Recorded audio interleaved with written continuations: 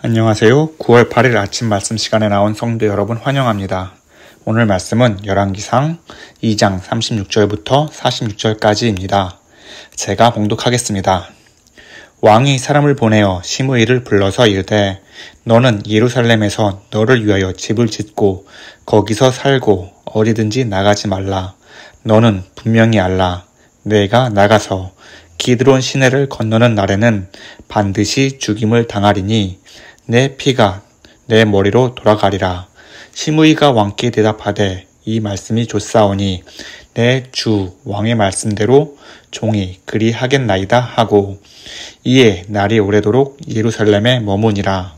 3년 후에 시므이의 두 종이 가드 왕 마아가의 아들 아기스에게로 도망하여 간지라. 어떤 사람이 시므이에게 말하여 이르되 당신의 종이 가드에 있나이다. 시므이가 그 종을 찾으려고 일어나 그의 나귀의 안장을 지우고 가드로 가서 아기스에게 나아가 그의 종을 가드에서 데려왔더니 시므이가 예루살렘으로부터 가드에 갔다가 돌아온 일을 어떤 사람이 솔로몬에게 말한지라.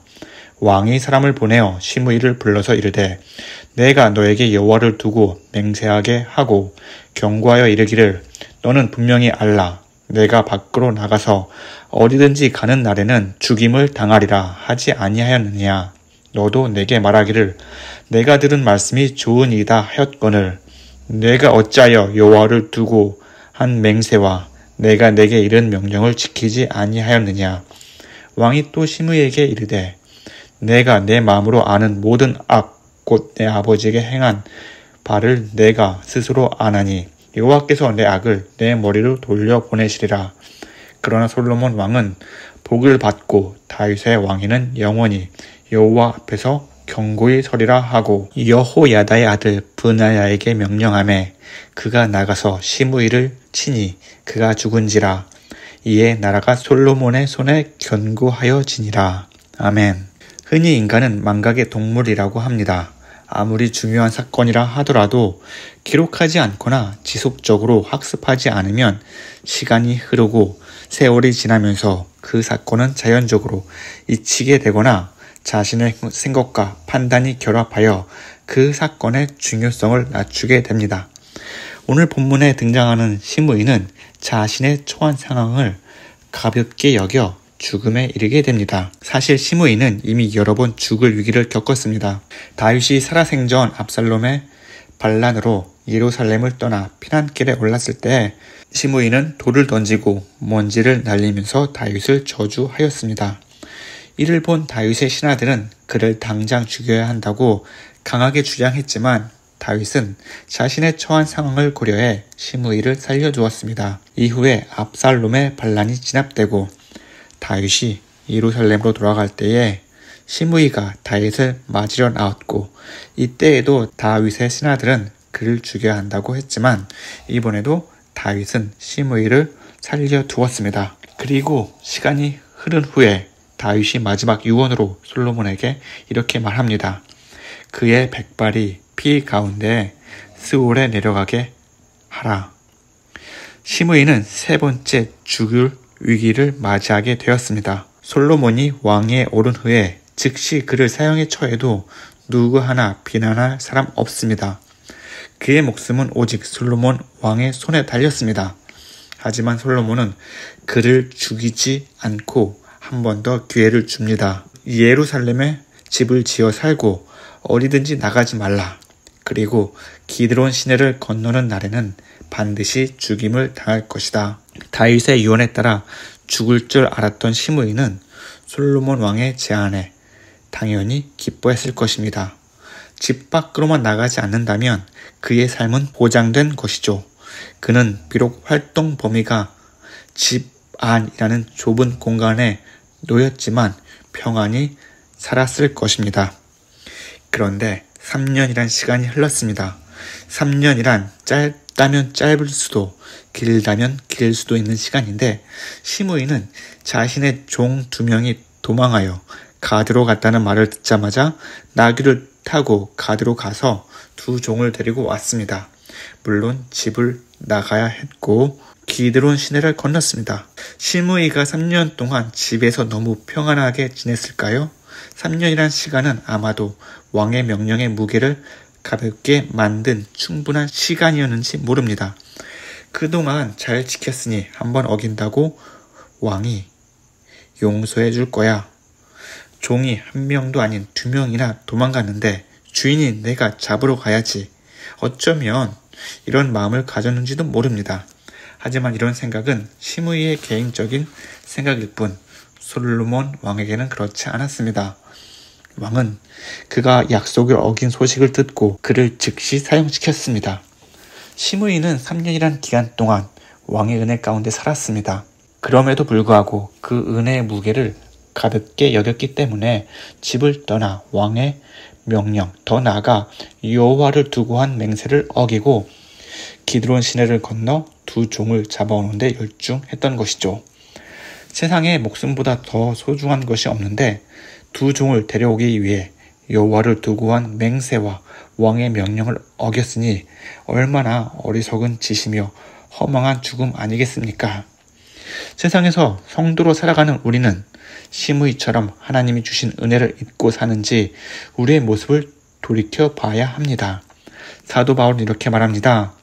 그런즉 누구든지 그리스도 안에 있으면 새로운 피조물이라. 이전 것은 지나갔으니 보라 새 것이 되었도다. 예수 그리스도의 십자가의 공로로 인하여 우리는 새로운 피조물이 되었습니다. 우리는 더 이상 죄인으로 하나님의 심판을 기다리며 살아가는 것이 아니라 새로운 피조물로서 하나님의 거룩한 백성으로 천국을 소망하며 이 땅 가운데 살아가고 있습니다. 다시 말해 지금 우리는 하나님의 사랑과 예수님의 은혜 가운데 살고 있습니다. 그런데 빠르게 변하는 이 세상에서 정신없이 살다 보니 그리고 또한 평안하게 살다 보니 그 은혜를 잊고 살 때가 많이 있습니다. 생각과 마음으로는 늘 믿음과 말씀대로 살아야겠다고 다짐하지만 어느 순간에 이르러서는 세상과 타협할 때가 있고 때로는 세상 사람들의 분위기에 맞춰 그리스도의 향기를 스스로 감추며 살아갈 때도 있습니다. 아니, 순간적으로 나타나는 화를 참지 못해 옛사람의 모습으로 죄를 범할 때도 있고요. 그러한 나약한 모습을 보면서 우리는 하나님의 은혜를 생각하기는커녕 스스로 더욱 실망하고 낙심하며 좌절에 빠질 때도 있습니다. 만약 우리가 그런 마음과 그런 생각이 있다면 그럴 때마다 우리는 십자가를 바라봐야 합니다. 예수님이 우리를 위해 행하신 일들을 천천히 생각해 보면서 주님께서 우리에게 주신 은혜가 무엇인지 다시 한번 생각해 보고 우리가 지은 죄가 무엇인지 다시 한번 보면서 우리가 하나님께 나아가 회개하며 하나님의 주신 은혜를 다시 한번 회복하는 시간을 가져야 할 것입니다. 그리고 더 나아가서는 우리는 우리의 삶을 말씀과 기도로 채워 넣어야 합니다. 주의 말씀은 예수님께서 나에게 주신 은혜를 더욱 깊이 알게 할 것입니다. 또 우리가 하는 기도는 우리를 하나님께 더욱더 가까이 나아가게 할 것이며 우리가 기도할 때마다 그 하나님의 능력, 예수님의 능력이 우리 삶 가운데 나타나게 됨을 볼 수 있고 경험하게 될 것입니다. 우리가 말씀과 기도로 우리의 삶을 늘 채우며 살아간다면 우리는 당연히 하나님의 은혜가 무엇인지 알게 될 것이며 그 은혜 가운데 늘 하나님께 감사하는 마음으로 하루하루 살아가리라 믿습니다. 하나님께서 예수님을 이 땅에 보내신 것은 우리에게 주시는 은혜이기도 하지만 우리를 향한 마지막 경고이기도 합니다. 요한복음 14장 6절에 예수님은 이렇게 말씀하십니다. 내가 곧 길이요 진리요 생명이니 나로 말미암지 않고는 아버지께로 올 자가 없느니라. 예수님 외에는 구원에 이르는 길이 없다고 예수님은 단언하셨습니다. 마치 솔로몬이 시므이에게 집 밖으로 나가면 죽게 될 것이라 말한 것처럼 예수님 외에 다른 것을 믿으면 죽음에 이른다는 하나님의 마지막 경고라 볼 수 있습니다. 예수님께서 이 땅에 다시 오실 때에는 구원자가 아닌 심판자로 오실 것입니다. 그때에는 예수님을 믿는 자들과 그렇지 않는 자들로 나뉘게 될 것입니다. 당연히 믿음 있는 자들은 하나님이 예배해 두신 하나님의 나라에 기쁨으로 들어가게 될 것이고, 그렇지 않는 자들은 그들의 행위대로 심판을 받게 될 것입니다. 그런데 누구를 믿는 사람이라 말하는 것일까요? 사람들은 흔히 교회 다니면 누구나 다 믿음이 있다고 자부하고 구원에 이른다고 쉽게 생각을 합니다. 하지만 예수님은 이렇게 말씀하십니다. 좁은 문으로 들어가기를 애쓰며 그 좁은 문에 들어가는 자들만이 구원에 이른다고 말씀하십니다. 좁은 문으로 들어가는 자들, 그 자들은 믿음에 따라 말씀을 읽고 묵상하며 말씀에 따라 애쓰며 때로는 세상을 바라보며 애통해하며 하나님 말씀대로 열심히 살아가는 자들을 말할 것입니다. 그런데 많은 사람들은 예수님을 믿어야지, 말씀을 읽어야지, 기도해야지 라고 생각만 하고 정작 실천하지 않는 자들이 많이 있습니다. 겉모습으로는 그들 역시 믿음의 사람처럼 보입니다. 하지만 그들의 믿음은 생각 속에만 있고 그들의 언행에는 믿음이 나타나지 않는다면 하나님이 보시기에, 예수님이 생각하시기에 그들을 정말 하나님이 원하시는 믿음의 사람이라 생각할 수 있을까요? 아마도 멸망으로 인도하는 넓은 길로 걷는 자들일 것입니다. 어쩌면 예수님은 생각만 하는 사람들을 쭉정이라 표현하고 그 생각에 따라 믿음대로 행동하는 자들을 알곡이라 불렀는지 모릅니다. 그리고 알곡은 모아두시고 쭉정이는 꺼지지 않는 불에 태울지도 모릅니다. 그러니 예수님을 향한 믿음이 그저 생각에만 머물러 있지 말고 말씀을 읽고 묵상하며 기도하며 늘 그 말씀대로 살아가야 한다는 그런 마음으로 오늘도 하나님의 은혜에 감사하며 살아간다면 하나님이 원하시는 자, 하나님이 바라보시는 믿음의 사람으로 살아가리라 믿습니다. 그런 삶을 살아가는 저와 여러분들이 되길 간절히 기원합니다. 기도하겠습니다. 사랑과 은혜가 충만하신 하나님 아버지, 언제나 우리와 함께 계시고 우리의 삶을 인도해 주심을 감사합니다. 우리 삶 가운데 하나님의 은혜가 가득하길 소망합니다. 우리의 사사로운 생각과 마음으로 하나님 말씀을 판단하는 것이 아니라 오직 주님의 말씀을 기준으로 내 삶을 맞춰가는 삶을 살아가게 하여 주시옵소서. 하나님, 바라옵기는 우리의 믿음이 생각만으로 끝나는 것이 아니라 행동으로 옮겨지게 하여 주시옵소서.